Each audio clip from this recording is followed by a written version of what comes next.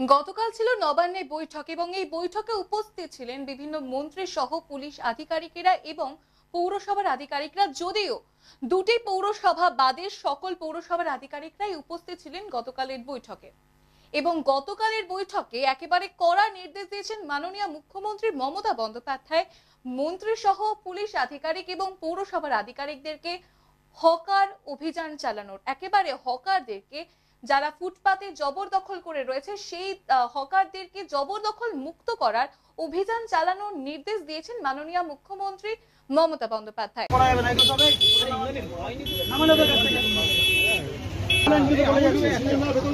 এরপরে কিন্তু সিলিন্ডার কিন্তু এখানে রাস্তাও রাখা যাবে না, কিন্তু সমস্যা হবে, আইনত ব্যবস্থা আমরা নিতে বাধ্য হবে।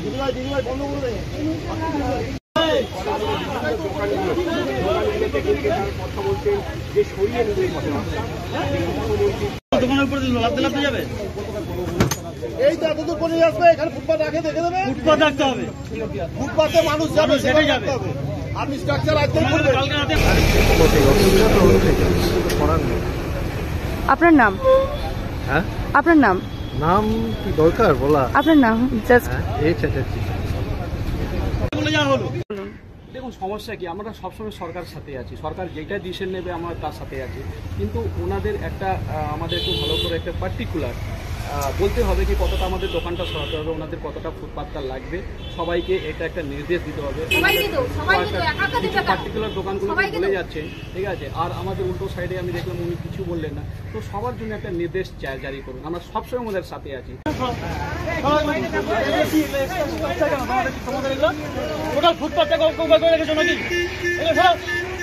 জায়গা কোথায় হাঁটার, তাই রাস্তা দিয়ে হাঁটতে হচ্ছে। না না, কমপ্লেন তো করা হয় না, উল্টেই তো পাচ্ছে অ্যাডমিনিস্ট্রেশন। ভালো, এটা গুড পদক্ষেপ। I think it should go on. এবং তার নির্দেশ অনুযায়ী আজ সকাল থেকে অ্যাক্টিভ অবস্থায় গোটা কলকাতা শহর জুড়ে অভিযান চালাচ্ছে বিভিন্ন থানার পুলিশ আধিকারিক সহ পৌরসভার আধিকারিকরা। সল্টলেকের কলেজ মোড় এলাকা সহ বিভিন্ন জায়গা যেমন গোলপার্ক এলাকা, গড়িয়াহাট এলাকা এবং হাতিবাগানের মতো জায়গাগুলিতে অভিযান চালিয়েছে পুলিশ। তারা যে সকল জায়গাগুলিতে ফুটপাত জবরদখল করে রয়েছে হকাররা, সেই জায়গাগুলিতে অভিযান চালাচ্ছেন এবং সেখানকার ফুটপাতের দোকানের মালিকদেরকে নির্দেশ দিচ্ছেন যাতে তারা তাদের দোকানটি ওখান থেকে সরিয়ে নেয়। হাতিবাগানের মতো জায়গা, যেটি বহু পুরনো জায়গা, বহু পুরনো দোকান রয়েছে এবং আমরা সকলেই জানি এই জায়গাটিতে ভিড় করে মানুষ কেনাকাটা করতে আসে, সেই জায়গাতে ঠিক কি নির্দেশ দিলেন পুলিশ আধিকারিকরা একবার শুনে নেব। আমাদের প্রতিনিধি দীপ রয়েছে সেখানে, কি প্রতিবেদন সে তুলে ধরেছে একবার দেখে নেব সেই প্রতিবেদন।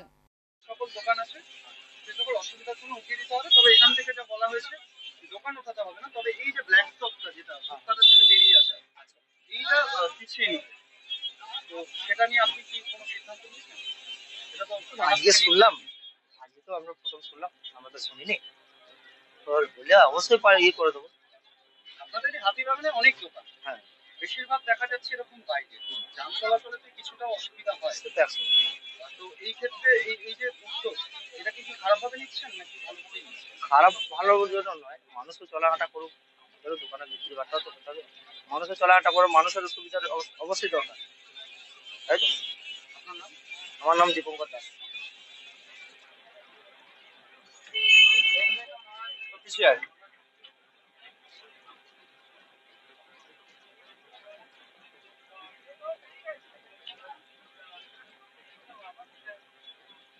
বলে গেছে এই জায়গাটা ক্লিয়ার করে রাখ, করে কি ফুটপাতের দিকে উঠে? হ্যাঁ, এই জায়গাটা ক্লিয়ার থাকবে। তো আপনারা কি মার্গদর্শন এই তো সব করে দিই সামনে তুলে দিয়েছেন? কালকে মুখ্যমন্ত্রী বলেছেন যে যান চলাচলের সুরক্ষার জন্য এবং পথচলতি মানুষের সুবিধার জন্য এই উদ্যোগ, তো এটাকে কি আপনারা সমর্থন করছেন? আপনাদের কোথাও কি অসুবিধা আছে? না না,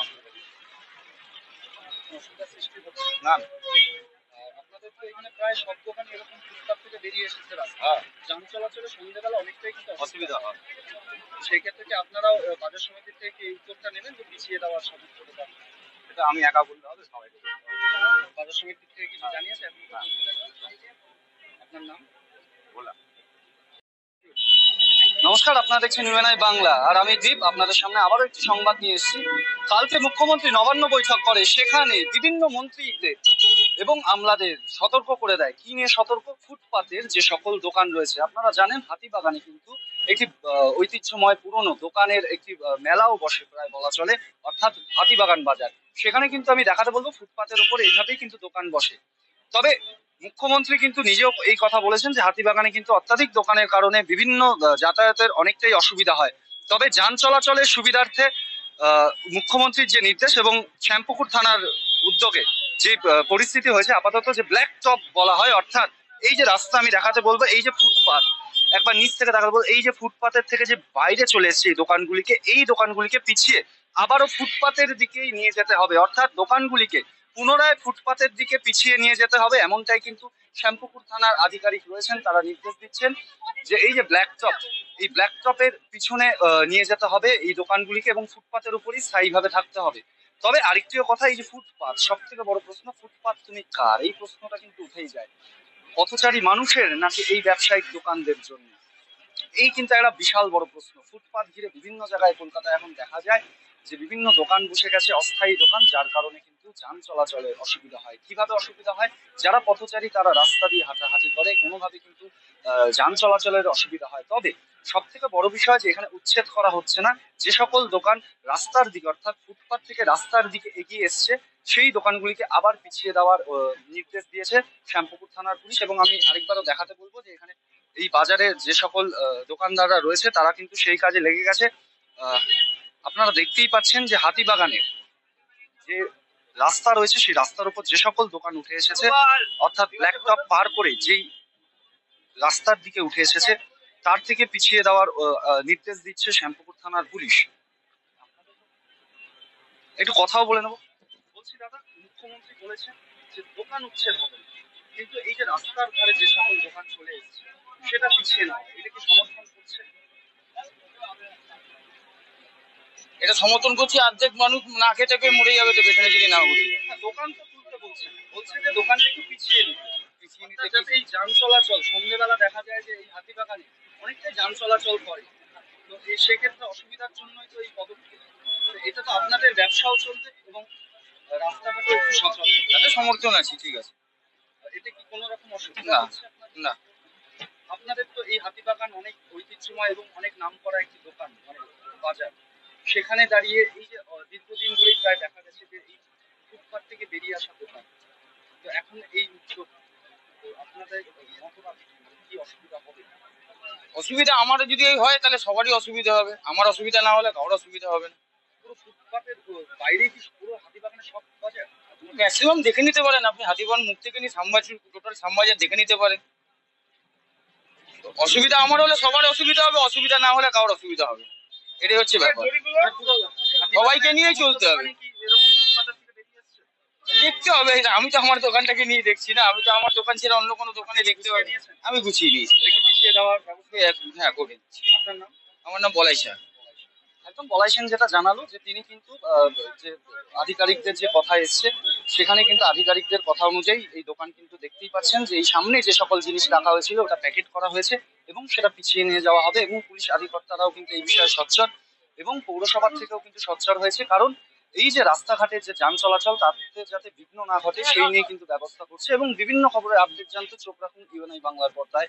আপনাদের বিভিন্ন খবর, বিভিন্ন তথ্য নিয়ে আমি আবারও আসবো আপনাদের সামনে। ক্যামেরায় বিক্রম সরকারের সাথে দীপ্রমোচারের রিপোর্ট, ইউএনআই বাংলা। আরো খবরের জন্য দেখতে থাকুন নিউজ ইউএনআই বাংলা এবং আপনাদের বক্তব্য আমাদের কমেন্ট করে জানাতে ভুলবেন না। আপনাদের প্রত্যেকের এক একটি কমেন্ট আমাদের কাছে ভীষণ গুরুত্বপূর্ণ। आप देख रहे हैं न्यूज UNI।